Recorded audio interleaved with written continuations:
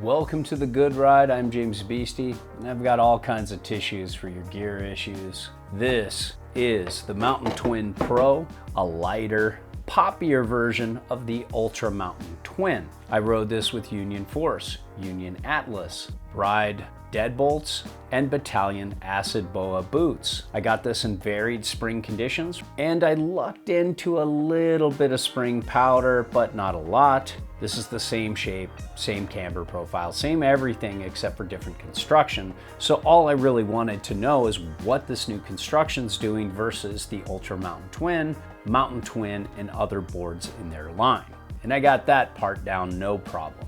When it comes to sizing, this 57 is the size I would ride. I've tried the 160, feels too big for me, especially for a all mountain to all mountain freestyle twin. I don't want a big, long board. This fits my weight really well, and this fits my boot size pretty good. Actually, the 54 would fit my size 9 boots really well, but this is a nice balance between weight and boot size. Let's talk snowboard dating app, some things that'll make you want to swipe right. This feels a little lighter and a good bit more poppy than the Ultra Mountain Twin. It's got a fast base. It's got good grip if you ride center weighted. It's a very versatile mountain freestyle twin with a little bit of all mountain aftertaste. Some things that'll make you want to swipe left. This can be a little washy if you lean a little bit too much into your front foot or back foot on a hard turn. If you want a one board quiver, this doesn't have a lot of directional float. The Rally Cat, Aviator 2.0, and especially the Frontier will do better in the all mountain category than this. So let's get into shape. This is a directional twin. You can see it looks like there might be a touch more nose than tail, but it's a very centered ride between the feet and has that almost true twin type of feel. When you lay it down on the table and take a look at the camber, this one that I got has a decent amount of camber between the feet that goes past the inserts and then starts to early rise towards the nose and tail.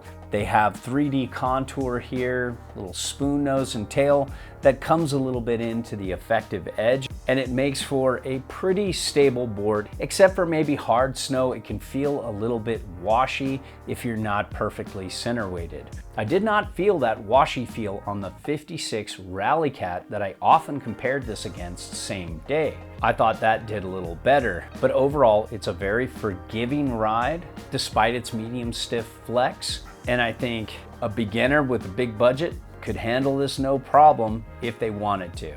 You'd be happier with the Mountain Twin as a beginner, but it could work. Let's talk edge hold. This has that typical Jones disrupted side cut, a decent sized bump in the middle, and then some mellow bumps as it gets to the tip and tail. It grips very well between the feet. If you're committing to a harder carve and you back foot or front foot weight, it can feel a little washy, but if you center weight, it holds very well in hard snow. So let's talk flex personality. You can see it's got a medium stiff flex, which is a lot for a directional twin like this, or almost a true twin. Down in the tail, it's very stiff, but surprisingly, with all this early rise, you can lean into a butter pretty well. This year, it didn't feel as washy in the tail when I tail buttered. I think they might have done a slight tweak to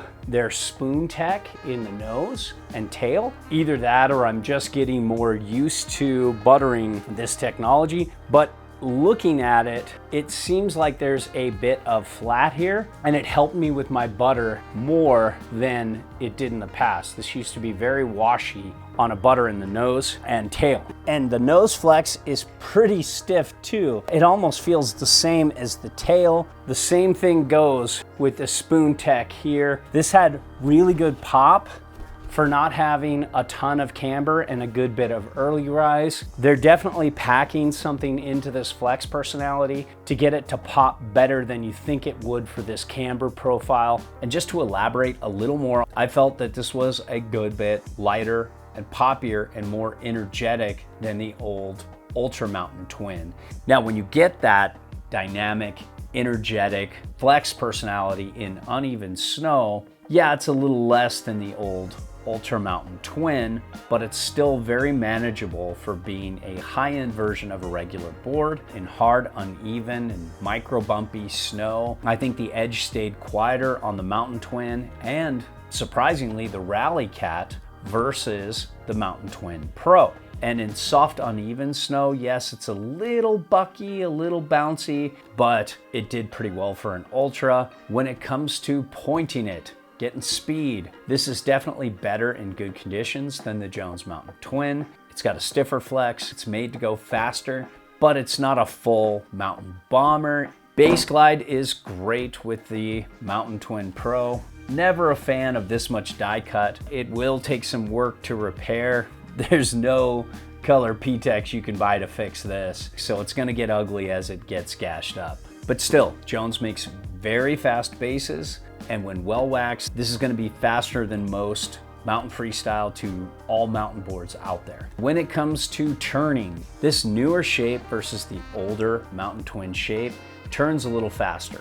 It still didn't feel as fast as the 56 Rally Cat. I would even say that the 58 Rally Cat would initiate a turn a little faster. And when you get it on edge, this has a pretty balanced turning radius. I think it really likes going straight, like you're gonna straight line into a kicker, but it's not like a full-on straight liner. You can still make medium radius turns and across the groomer turns pretty well. It's not like a circle carver, but it can be done if you want to. There's good spring out of the turn. It's much better than the Jones Mountain Twin because of that high-end, more poppy construction. You get a lot more spring out of the turn than you would think for this mellower camber profile. But surprisingly enough, I had a lot more fun carving on the Rally Cat. And if I had the Aviator 2.0, I would have enjoyed that much more as well. I enjoy the Frontier a little more than the Mountain Twins as well. And the Rally Cat was better at weighting your turn any way you'd like. In good conditions, you can do that with the Mountain Twin Pro, but when the conditions start to get hard, it can feel a little washy. If you like to back foot weight out of a turn, the tail can wash a little bit, or if you drive too hard on the front foot, it can wash as well. This really likes a center weighted turn. If you do that, it's gonna light up and be pretty fun. When it comes to powder, you can get a little bit of setback directional float. And if you take full-size discs and set it all the way back, you can get 1.75 inches back from center of board. That's not a lot, but it's better than some mountain freestyle boards that are more like 1.25 to 1.5. But in comparison to the Jones Frontier, you can get 2.375 inches back from center of board, or the Rally Cat, it's like 2.1 something. Or yes, basic on ink, you can get 2.25 inches back from center of board. Same with the standard and standard on ink. So this doesn't have a lot of directional float, but it does ride pretty well centered if you like to ride switch and centered in powder. Again though, you can do better with the Mind Expander Twin. It has longer nose and tail. It has more early rise. It's a little wider and a little more floaty, but this isn't bad. And many years ago, when everything was basically a true twin, I was really impressed with this and what it did in powder. It's still very good, but most of the designs in the industry have gone a lot more directional, so this just doesn't hold up as well as it used to against a lot of competitors. This Mountain Twin Pro rides switch really well, almost as good as a true twin, and a lot of people might not even feel the difference when your setup centered on side cut. This is a great board for hitting kickers. It tracks really well into them. It pops really well out of them. And it's got a stiffer flex than the Jones Mountain Twin, so it can handle going bigger than that can. Wouldn't jib with this, but this will ride pipe okay. I think I'd rather be on the Aviator 2.0 or the Rally Cat, but this is pretty good. And overall, it was good to get on the Mountain Twin Pro and see the change up. It definitely has a lighter, poppier riding experience than the old Ultra Mountain Twin. So if that appeals to you and you want a fun, forgiving, but dynamic mountain freestyle ride with a splash of all mountain, this could work for you.